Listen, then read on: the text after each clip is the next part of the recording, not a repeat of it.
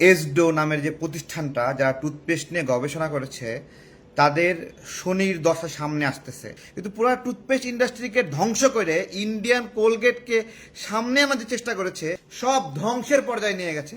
আমি জানি না সরকার কি করে। সরকারের সঙ্গে সঙ্গে উচিত ছিল ওদের এই ধরনের গবেষণা বের করার কোনো অধিকারই নাই। এক নাম্বার বিষয়, কোনো অধিকার নাই।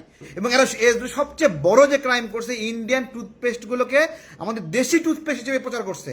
সবচেয়ে বড় ক্রাইম। ইন্ডিয়ান প্রায় 19টা মশলা নিয়ে সারা বিশ্বব্যাপী ইউরোপে কত জায়গায় নিষিদ্ধ, একটা স্টোর থেকে বের করে দিয়েছে।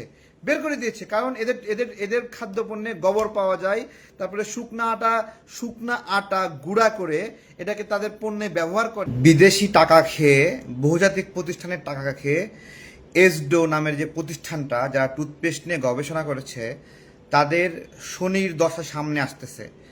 জাহাঙ্গীরনগর বিশ্ববিদ্যালয়ের নাম তারা সেখানে দিয়েছে, কিন্তু জাহাঙ্গীরনগর বিশ্ববিদ্যালয়ের যে ডিপার্টমেন্টের নাম দিয়েছে সেই ডিপার্টমেন্টের রিসার্চ টিম তারা এই বিষয়ে জানেই না যে কোন কোন প্রতিষ্ঠানকে নিরাপদ করা হয়েছে, কোন কোন প্রতিষ্ঠানকে অনিরাপদ করা হয়েছে। তার মানে এইখানে টুথপেস্ট নিয়ে যে আমাদের ইন্ডাস্ট্রি ধ্বংস করার একটা বড় ষড়যন্ত্র করেছে এসডো, তা কিন্তু প্রমাণিত হচ্ছে। এসডোর মেয়ে আজকে আমাকে ফোন দিয়েছিল, তাকে আমি একটা জিনিস জিজ্ঞাসা করছি যে তোমরা যে এই যে কোলগেট, তোমার বাবা যে তোমাদের প্রতিষ্ঠান যে কোলগেটকে এখানে সেরা বলে ঘোষণা দিল, কোলগেট নিয়ে যে ইন্টারন্যাশনাল পর্যায়ে প্রতিবেদন হয়েছে যে কোলগেটে ক্যান্সারের উপাদান পাওয়া গেছে, এই যে ক্যান্সারের উপাদান থাকা একটা টুথপেস্টকে তোমরা যে নিরাপদ বললা, তোমরা এটা জানো সে আবলা আবলা করে, কোনো উত্তর দিতে পারে না, কোনো উত্তর দিতে পারে নাই। আজকে আমি বাংলাদেশের যে টুথপেস্ট কোম্পানিগুলো আছে আমি তাদেরকে ফোন দিয়ে আমি অনেকটা চাপ দিয়েছি যে আপনি ব্যক্তিগতভাবে, যেমন আমি স্কোয়ারে কথা বলেছি, তারপরে তিব্বতে কথা বলেছি, যারা যতগুলো প্রতিষ্ঠান আছে মেডিপ্লাস যা যা আছে, আমি তাদেরকে বলছি যে আপনার 10টা পণ্য আছে, 10টা পণ্যের মধ্যে একটা পণ্য বন্ধ হয়ে গেলে আপনার কিছু যায় আসে না। যেমন স্কোয়ারের 100টা পণ্যের মধ্যে একটা পণ্য বন্ধ হয়ে গেলে স্কোয়ারের কিছু যায় আসে না, কিন্তু আমাদের টুথপেস্ট ইন্ডাস্ট্রি যে বন্ধ হয়ে যাবে, আমাদের টুথপেস্ট ইন্ডাস্ট্রি যে ক্ষতির মুখে যাবে, এটার দায় কে নেবে? এই একটা কথা আমি জিজ্ঞাসা করছি যে আপনাদের এক একজনের 20টা করে 50টা করে প্রোডাক্ট, কিন্তু পুরো টুথপেস্ট ইন্ডাস্ট্রিকে ধ্বংস করে ইন্ডিয়ান কোলগেটকে সামনে আনার চেষ্টা করেছে। জাহাঙ্গীরনগর বিশ্ববিদ্যালয়ে যে গবেষণা টিমের নাম বলেছে সেই গবেষণা টিমের নাম্বার চেয়েছিলাম যে নাম্বার দেন, নাম্বারটা দেন। এসডো এই নাম্বারটা দেয়নি, এমনকি এসডো নাম্বারগুলোতে কোনো রকম কল ধরছে না, কোনো কল ধরছে না। তারপরে পরবর্তীতে জানতে পারলাম যে এরা বেসিক্যালি আওয়ামী লীগের সময়ে একটা পুরস্কার নিছে, স্বীকৃতি নিছে, এনভায়রনমেন্টাল স্বীকৃতি নিছে, এবং সেই স্বীকৃতি নেওয়া তো একটা গেছে, তারপরে কিভাবে আওয়ামী লীগের এমপি মন্ত্রীদেরকে ব্যবহার করে করে, এবং এসডোর পেজে সেই আওয়ামী লীগের নেতাকর্মীদের ছবিতে ভরা ছিল।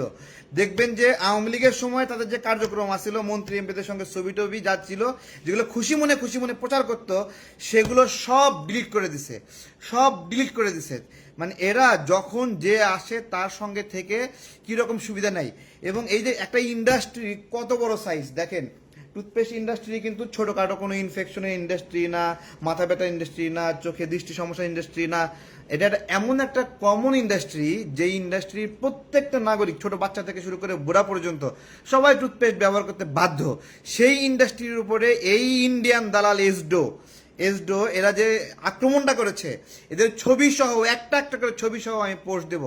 এবং সব শেষে জাহাঙ্গীরনগর বিশ্ববিদ্যালয়ের যে সকল শিক্ষার্থীর নাম ব্যবহার করেছে এসডো, যে সকল গবেষণার নাম বলেছে, তারা বলতেছে গবেষণা রিপোর্টটা যে এইভাবে ম্যানিপুলেট করে সাজাবে এইটা আমরা বুঝতেই পারিনি, এই বিষয়ে আমরা জানিই না যে আউটপুটটা এরকম করে নিয়ে আসবে। তারা কোনোভাবে ল্যাবটা হয়তো ব্যবহার করে দেখাইছে যে কোনটা মাইক্রোপ্লেক্সে, বাকিটা রিপোর্ট পুরোপুরি সাজানো। এবং এইখানে এই ধরনের গবেষণা করার অধিকার কাদের আছে? প্রথমত, এটা যদি খাদ্য উপাদান হতো তাহলে নিরাপদ খাদ্যের এটার অধিকার ছিল, নিরাপদ খাদ্য দপ্তর এটা করবে, কিন্তু এটা কোনো খাওয়ার জিনিস না। প্রথমত, টুথপেস্ট আমরা সবাই ব্যবহার করি কিন্তু গিলে খাই না, এবং প্রত্যেকটা কনসাস নাগরিক এটা মাথায় রাখে যে টুথপেস্ট যেন এক ফোঁটাও যেন ভিতরে না যায়, এবং আমরা মনেই করি যে টুথপেস্ট খাওয়ার যোগ্য কিছু না এবং এটা বিষাক্ত কিছু। এক নাম্বার গেল। 2 নাম্বার হবে এসডোর এই গবেষকের মেয়েকে আমি ফোন দিয়েছিলাম, সে আমাকে ফোন দিয়েছে, তাকে আমি ভারতের দালাল টালাল বিভিন্ন কিছু বলছি যে ইন্ডিয়ান কোম্পানিগুলোকে সে প্রমোট করছে বেসিক্যালি। তো সে ক্ষিপ্ত, তার বাবাকে নিয়ে আমি কেন লিখছি। ওকে একটা জিনিস জিজ্ঞাসা করছে, উত্তর দিতে পারে নাই। বলছি টুথপেস্ট কি খাদ্যপণ্য নাকি খাদ্যপণ্য না, এক নাম্বার জিজ্ঞাসা করছি। তখন এবং বলছি যে এটা কি ইন্টারনাল নাকি এক্সটার্নাল বডি, মানে ইন্টারনাল সাইডে যাওয়ার জন্য নাকি এক্সটার্নাল সাইড। প্রথমে সে বলছে ইন্টারনাল সাইড। আমি বললাম আসলে কি ইন্টারনাল সাইড, এটাকে আমরা খেয়ে ফেলি, ঢক ঢক করে টুথপেস্ট খাই। এরপরে তাকে বললাম যে এই যে টুথব্রাশ ব্যবহার করি, ছোট ছোট লাইলনের আঁশগুলো আছে, এগুলো ক্ষয় হয় না, মুখের ভিতরে ক্ষয় হয় না ব্রাশগুলো, সেগুলোকে আমরা খেয়ে ফেলি নাকি কুলি করে ফেলে দেই। অর্থাৎ পুরা ইন্ডাস্ট্রিকে একটা আতঙ্কের জায়গায় নিয়ে যেয়ে সব ধ্বংসের পর্যায়ে নিয়ে গেছে। আমি জানি না সরকার কি করে। সরকারের সঙ্গে সঙ্গে উচিত ছিল ওদের এই ধরনের গবেষণা বের করার কোনো অধিকারই নাই, এক নাম্বার বিষয় কোনো অধিকার নাই আমাদের এই ইন্ডাস্ট্রি ক্ষতিগ্রস্ত করার। দেখেন ভারতের পণ্য বর্জন যে আন্দোলন, সে আন্দোলনের সময় কোলগেট সহ ইন্ডিয়ান যে টুথপেস্টগুলো ছিল মোটামুটি, এবং এরা সবচেয়ে বড় যে ক্রাইম করছে ইন্ডিয়ান টুথপেস্টগুলোকে আমাদের দেশি টুথপেস্ট হিসেবে প্রচার করছে। সবচেয়ে বড় ক্রাইম ইন্ডিয়ান টুথপেস্টের নিচে দেশি টুথপেস্টের মানে লেভেল লাগাই দিয়েছে। তো প্রিয় ভাই ও বন্ধুরা, আমি আপনাদেরকে একটা কথা বলি যে আমাদেরকে সতর্ক থাকতে হবে। ইন্ডিয়ান প্রায় 19টা মশলা নিয়ে সারা বিশ্বব্যাপী ইউরোপে কত জায়গায় নিষিদ্ধ, একটা স্টোর থেকে বের করে দিয়েছে। কারণ এদের এদের এদের খাদ্যপণ্যে গোবর পাওয়া যায়, তারপরে শুকনা আটা গুঁড়া করে এটাকে তাদের পণ্যে ব্যবহার করে। এই বিষয়গুলো বহু কমন, কিন্তু সেগুলোকে কোনো রকমের পর্যবেক্ষণ না রেখে ফুল টার্গেট নিয়েছে যে। তো আজকে আমাদের যেই পর্যন্ত অগ্রগতি, সেটা হলো ওরা যেই টুথপেস্টগুলোকে, আমি কথা এর জন্য আমি কোনো প্রতিষ্ঠানই বাংলাদেশে রাখতে দেবো না ইন্ডিয়ান দালালদেরকে, সোজা কথা। সেই টুথপেস্টগুলোকে আমরা আবার পুনরায় পরীক্ষার ব্যবস্থা করেছি। এবং প্রথমত আমি আবারও বলতেছি, মাইক্রোপ্লাস্টিক যে কথা বলছে, আমি যে মোবাইলের ধরে আছি এটা নিয়মিত ক্ষয় হয়ে হাতে লাগে, সে হাতে নিলেও আমরা খেতে পারবো, এটা কতটুকু। ওরা কিন্তু আবার প্রতিবেদনে ওদেরকে জিজ্ঞাসা করা হয়েছে এই মাইক্রোপ্লাস্টিক কি মানব দেহের জন্য ক্ষতিকর। যেই মাইক্রোপ্লাস্টিক আপনি খাচ্ছেনই না, ফেলে দিচ্ছেন কুলি করে, সেই মাইক্রোপ্লাস্টিক ক্ষতিকর কিভাবে। ছাই, একটা গাছের গুঁড়ি দিয়ে ছাই নিয়ে আপনি দাঁত ব্রাশ করেন, আপনি কি ছাইটা খেয়ে ফেলেন? ছাই কি আস্ত খাওয়া যায়? খান না, আপনি ফেলে দেন।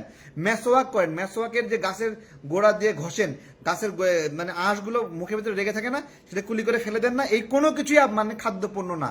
আমাদের ইন্ডাস্ট্রি ধ্বংসের জন্য যে কার্যক্রম, এই কার্যক্রম বিষয়ে আপনারা পুরোপুরি সচেতন হন।